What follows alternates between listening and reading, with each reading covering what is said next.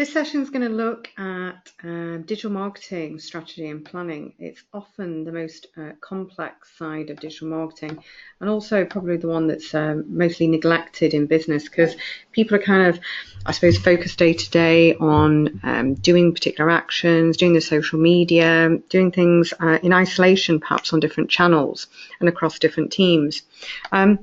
One thing with the digital marketing strategy and planning that we use in terms of the methodology is we use a process called VALC. VALC stands for the visibility, first of all. When we look at digital marketing strategy and planning, it is so crucial that we have a good online visibility. Think about every time that you create content from your website, like a blog, or you do social media posts, you're creating anything online. That positioning is going to be your online brand. The more awareness you have, the more reach you're going to have, and the more portable your content, the better. So, for instance, if somebody goes onto your website, reads an amazing blog, 5 things you never knew about SEO, they think it's great, they maybe subscribe to your blog, or they go and comment, like, and share.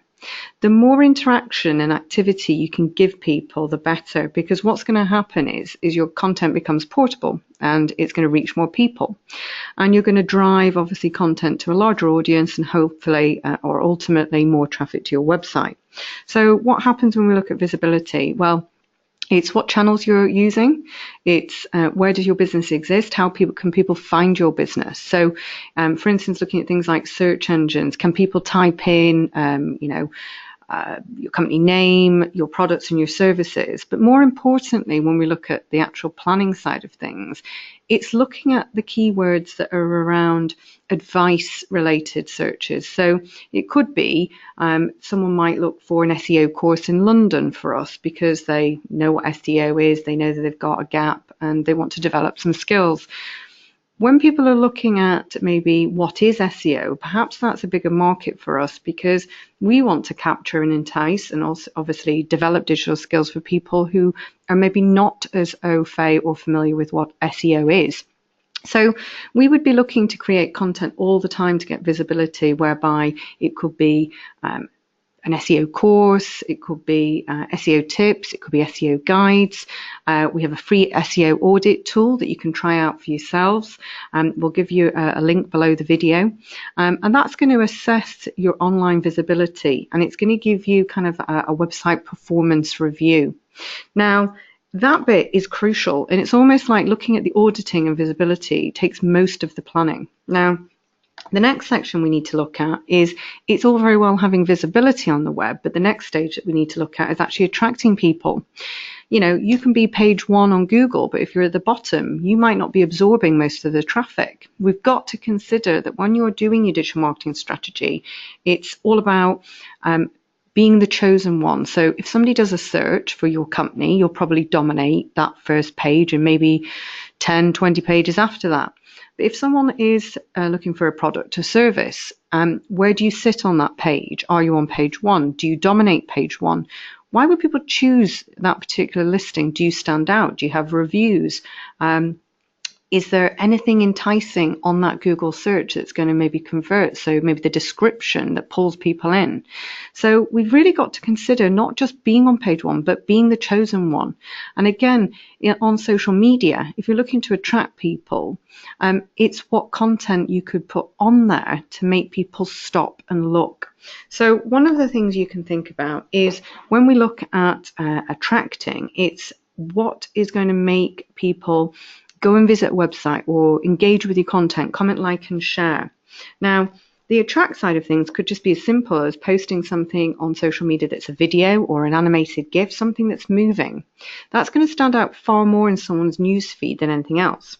So when we look at digital marketing strategy and planning, obviously the visibility counts in terms of how much reach we have on the web and how visible our business is and products and services. Then we need people to obviously look at our content and be engaged with it. The next step is something that businesses really don't do enough of, which is free content. So, for instance, we have things like Summer School, we have the Digital Developer course, whereby people can access free tips, content, diagnostic tools, they can identify any skills gaps, they can see where they have a greater knowledge on particular topics, they can do like a free SEO audit. Those are all things that are positioned in terms of free added value content that are useful to people, but people will give in exchange an email address so that we can communicate and keep people up to date with those tips. And ultimately, what we're looking to do there is nurture people through the process. So it could be that somebody sees some information about us through an email, somebody maybe sees one of our webinars, but maybe they're not ready to take that sort of step, or maybe it's not relevant for them at the moment to do maybe a digital marketing course. But we want to be there in their eye line and on the radar when they are ready.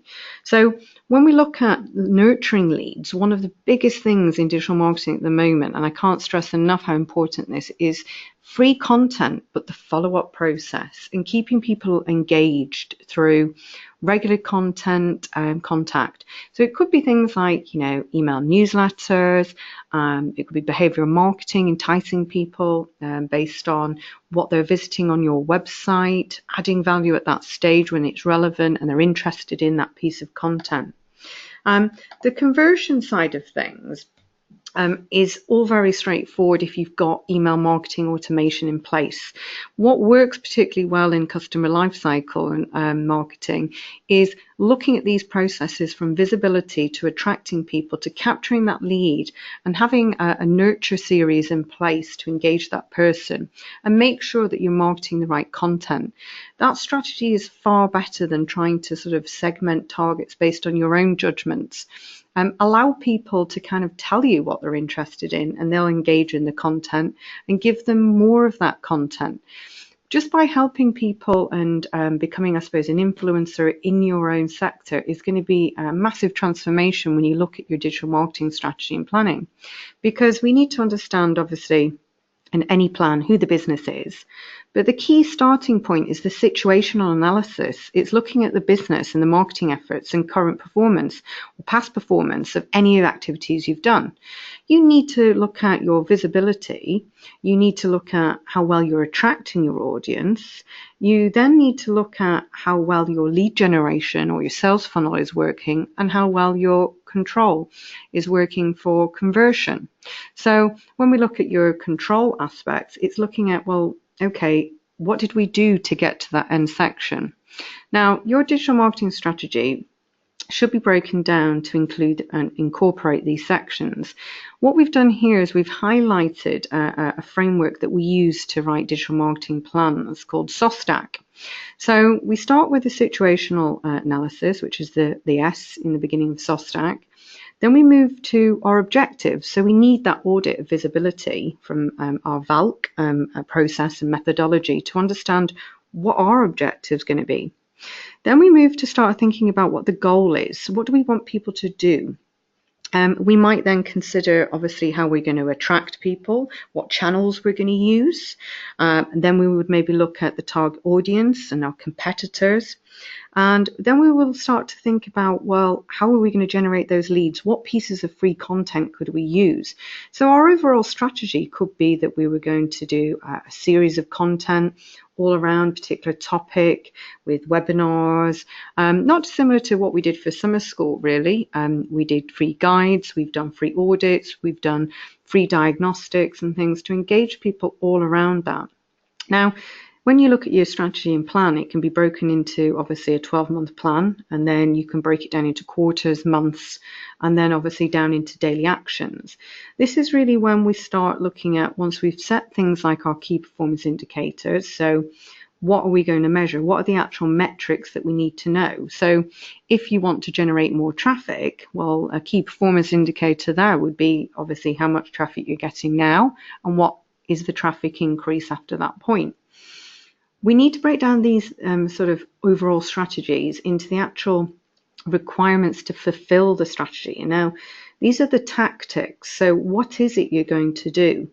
Now, if you, for instance, were going to do, email campaigns, it's all very well saying that you're going to do the email campaign, but what are the actual actions that have to sit within that?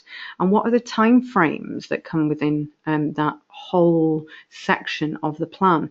Now, the actions and time frame side of things is often done in a Gantt chart, where you're plotting out your sort of 12 months and then you're breaking it down into sort of a more manageable monthly, weekly, and daily action chart.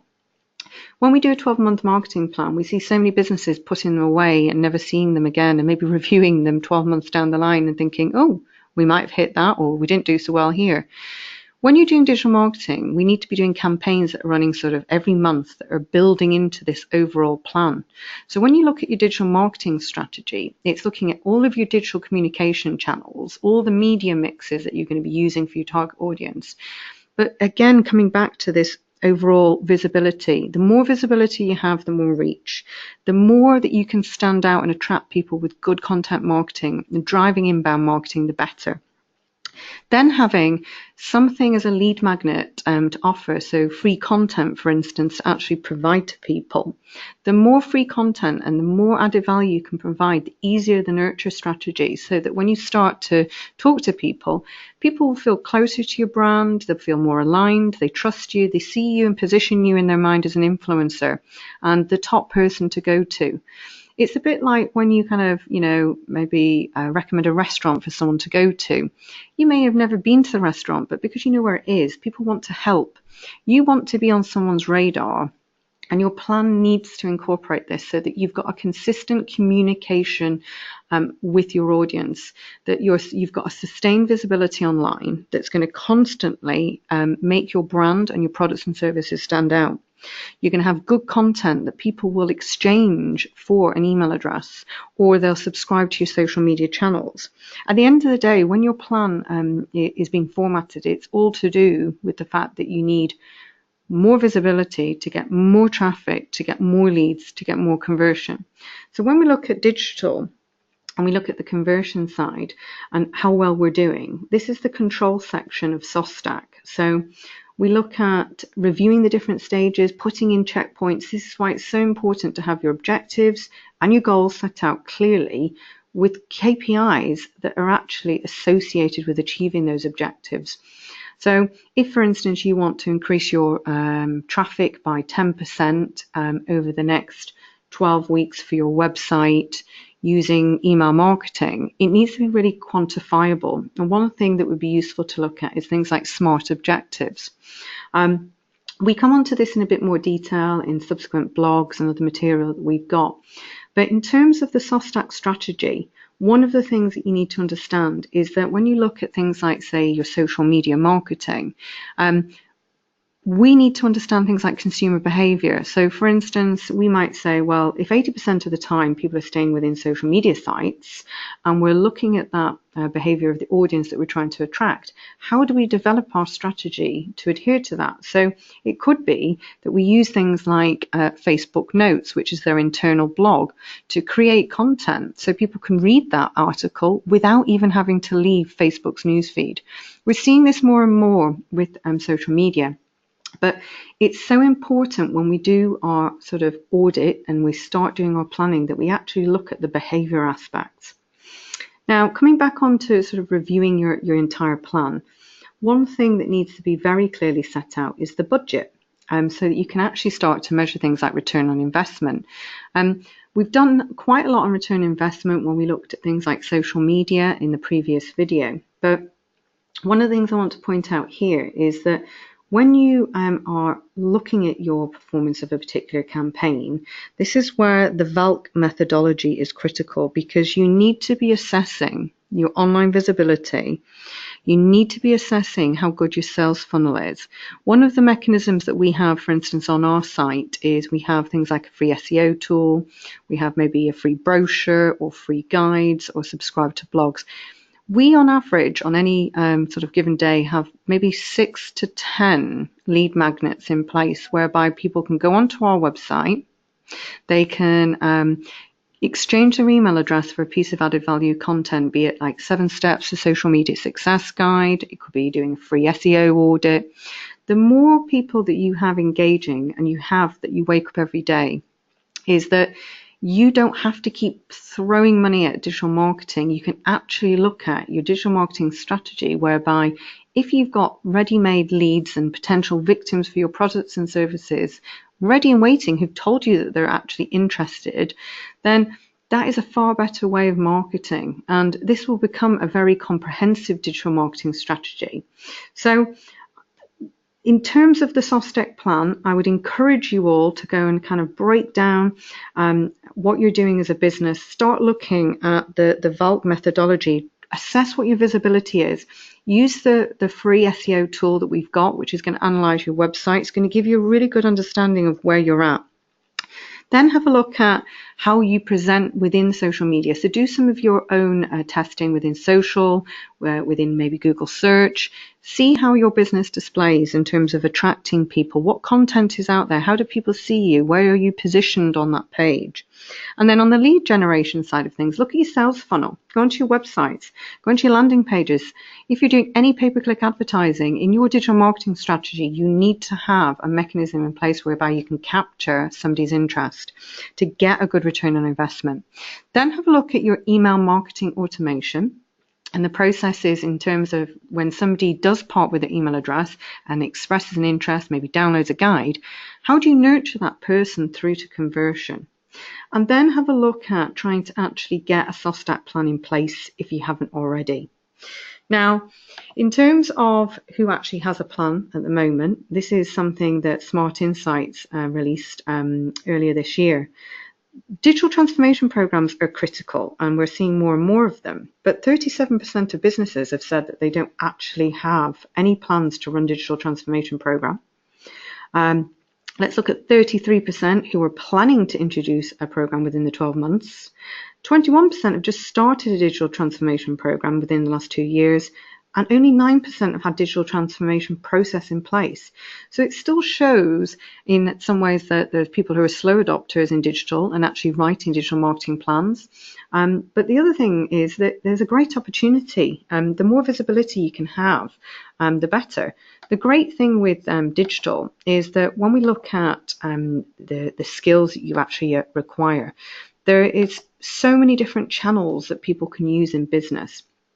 I think the nice thing is that when we look at visibility, you can look at developing your SEO, your social strategy, your writing for the web, and things like your online advertising. And you can break it down into bite-sized chunks.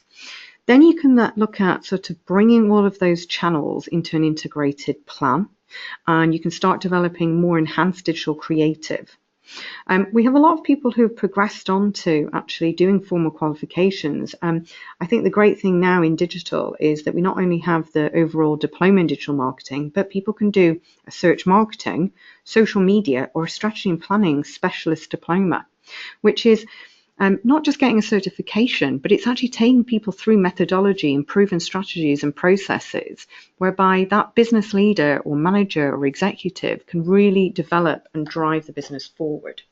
So this is the last video in the summer school series. We're going to be doing monthly webinars, so make sure that you keep in touch with us. Obviously, the digital developing side of things in terms of your skills can be enhanced with using our free portal. We've got the Digital Diagnostic Skills Audit. You'll also be able to access the free SEO audit and website review tool, and you can get your own score. You can use the report to identify any fixes that need to be made. And you can upskill using our pick and mix library and obviously add in any of the bite-sized 2-hour courses that you want. Again, they all follow the same methodology with quizzes, practical exercises, and templates and quizzes. So thanks very much, and have a good week, and we will see you in the Digital Developers course. Thank you.